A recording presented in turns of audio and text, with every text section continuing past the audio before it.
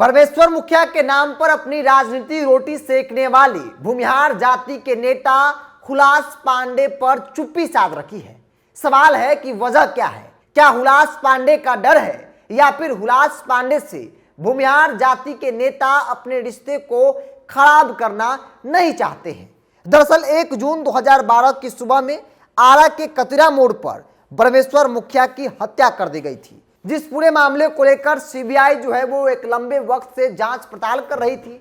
अब तक सीबीआई के हाथ खाली थे तो सवाल खड़े किए जा रहे थे, लेकिन एक लंबे वक्त बाद सीबीआई ने कई बड़े खुलासे किए और सीबीआई के अनुसंधान में पाया गया हुलास पांडे समेत 8 लोगों ने मिलकर रणवीर सेना के प्रमुख परमेश्वर मुखिया की घटना को अंजाम दिया है। यानी कि जो उनकी हत्या की गई उनमें हुलास पांडे और 8 लोग शामिल थे।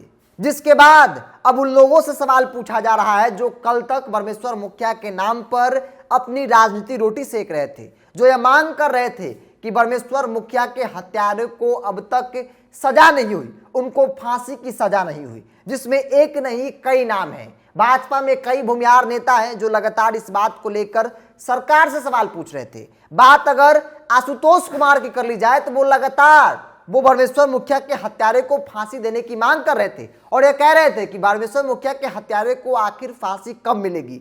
लेकिन जैसे ही सीबीआई के अनुसंधान में यह पाया गया कि हुलास पांडे समेत 8 लोगों ने मिलकर परमेश्वर मुखिया को गोली मारी, तब के बाद से सोशल मीडिया पर पूरी तरीके से सन्नाटा पसरा हुआ है। आशुतोष कुमार को फोन कीजिए तो उनका फोन स्विच ऑफ आता है, यहां तक कि उन्होंने अब तक एक भी पोस्ट सोशल मीडिया पर नहीं डाला है, जबकि उनकी राजनीति भूमिहारों की बदौलत होती है और भूमिहारों के मसीहा के तौर पर परमेश्वर मुखिया ने मुखिया जी को देखा जाता है। आज भी लोग उनके मानने वाले हैं, लेकिन भूमिहार जाति के नेता जो उनके नाम पर राजनीति करते हैं, जिनकी राजनीतिक दुकान उनके नाम पर चलती है, वो आज मौन है। तो सवाल है कि आखिर मौन का वजह क्या है?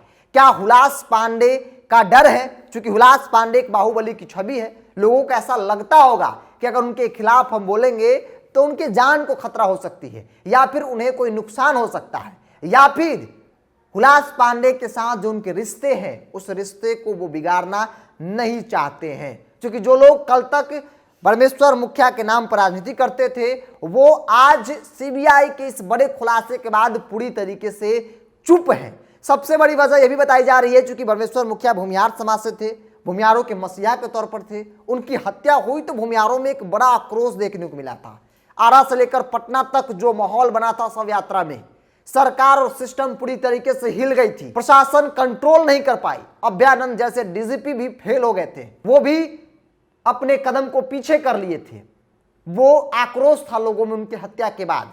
हुलास पांडे का नाम तब भी आया था। हुलास पांडे एक लंबे वक्त तक फरार चल रहे थे, लेकिन सीबीआई के अनुसंधान में एक लंबे वक्त बाद फिर से खुलासा किया गया और तथ्य के साथ ये बताया गया कि हुलास पांडे समेत 8 लोगों ने मिलकर सुबह सवेरे अपनी महत्वाकांक्षा के लिए मुखिया जी को अपने रास्ते से हटा दिया।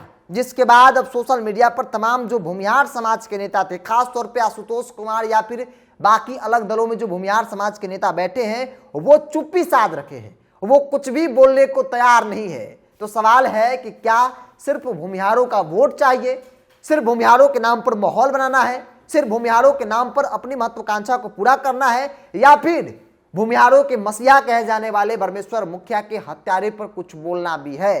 क्योंकि अब तक कोई भी नेता कोई पोस्ट नहीं किया है, कोई भी कुछ बोलने को तैयार नहीं है हुलास पांडे के नाम आने के बाद।